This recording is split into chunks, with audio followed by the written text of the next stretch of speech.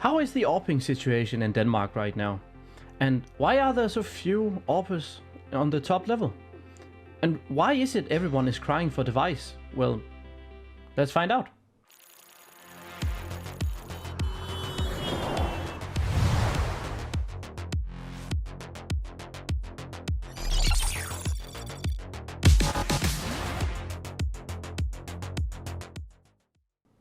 So we all know Device, we all know Astralis' era and, you know, the best team ever.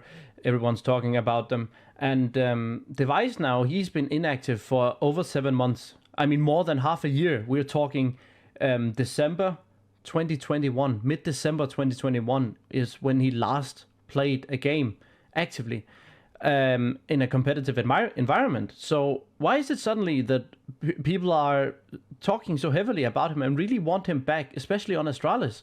Well, it's a lot about these this story and this narrative that has hang on from this Astralis era, that all of the fans are kind of in a bubble, still believing that they can get back to that form, where they haven't proven anything close to that for almost 4 years now. And it's astonishing how it, like they still can find this belief that Device, he can still come back to this form. I mean, he has some, like, he has a lot of ring rust right now, so there's no real like guarantee that he will ever get back to his form. I mean, if history tells us anything, right? I mean, people who are out for extended periods of time, like Olofmeister did with FaZe Clan, you never really saw him going back to like his old level, like not completely.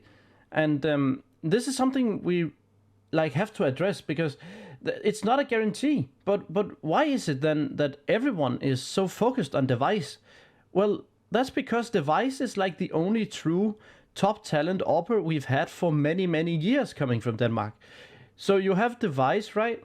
And then on the level right below Device, you have Cadian. But then again, you hear the name difference. Device, he's on a completely different scale of talent. And Cadian is a streaky in-game leader, streaking AWPer who's also in-game leading, right?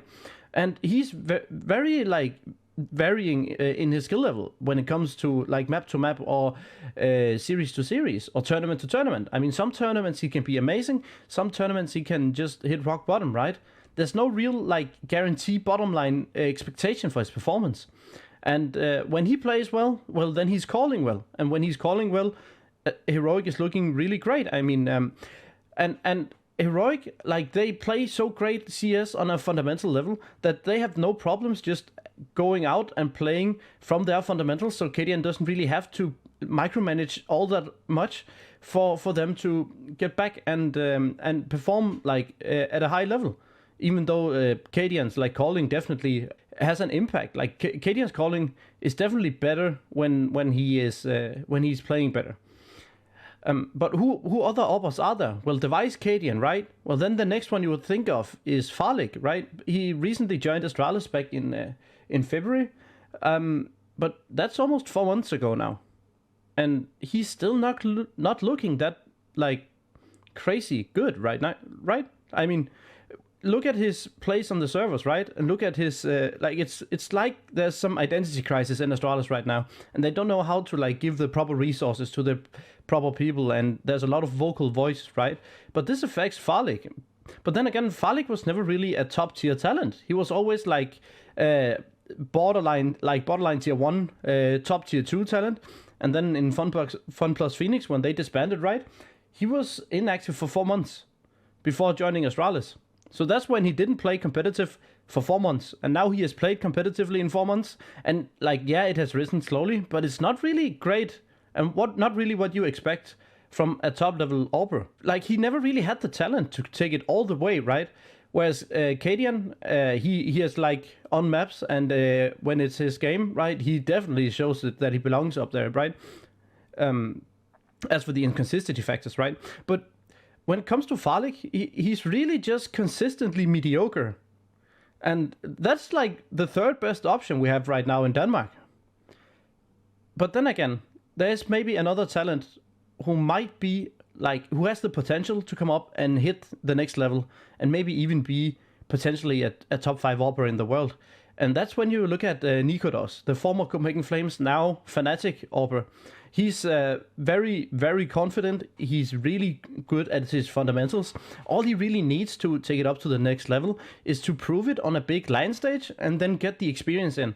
And when he gets the experience in, I honestly believe the sky is the limit for this guy, man. He's so great. He's so fast at shooting, like peeking corners. He's not scared of re-peeking, and he also knows when not to re-peek and when to re-peek, and he understands when to be aggressive, especially in the mid-round situations, and not only doing it in like the early rounds, whereas Farlig is really stationary after the first like 13 seconds, and then he's not really like moving a lot from his spots. I mean, he often taking like really long angles and holding down like line of sight, right? Whereas Nikodos, he's really more on the combat AWPing style, where he really is not afraid to walk up and take these fights, and he believes in himself in hitting these difficult shots, but also get multi-kills in really different scenarios. For example, at the latest major, the overpass play from back toilets, right? Everyone saw it. It was absolutely amazing. This five, like the ace he got there, with people just running at him from two different angles and just kept peeking like the right timings everywhere. So he is definitely like the one to watch, and maybe even like this Fnatic deal. I mean, like if he really succeeds in Fnatic, he is like gonna be one of the top AWPers that you want from Denmark, and he's the only real prospect that you can look at and say, well, he is like the next person in line to get the chance at the very top level, as for Danish AWPers. And then there's Acor. Well, Acor, he was like, yeah, to put it bluntly, he was really bad in mouse sports, especially in the later stages, right? Super passive, didn't really know where to, like, felt like he didn't really belong on the team. So, well, what about him now? Well, he's been inactive for half a year. And, like, it's not like any teams really are looking to sign him up. When you can get players like Dexter, you can get players like Monesi, Torsi, you can get all these players from vastly different countries and vastly different areas. And again, that's like something with Danish players and people who live in Denmark. Like, it's really expensive to live in Denmark, which means like the salaries are extremely high for Danish players. And when the talent is like basically mediocre, well, why invest in it then? Like, honestly, right? So that's at least something to consider.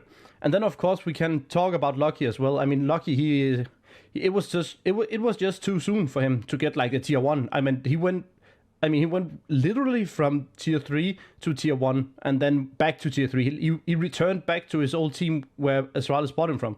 So there's no real saying in where he can go. So for the future, there is Nikodos.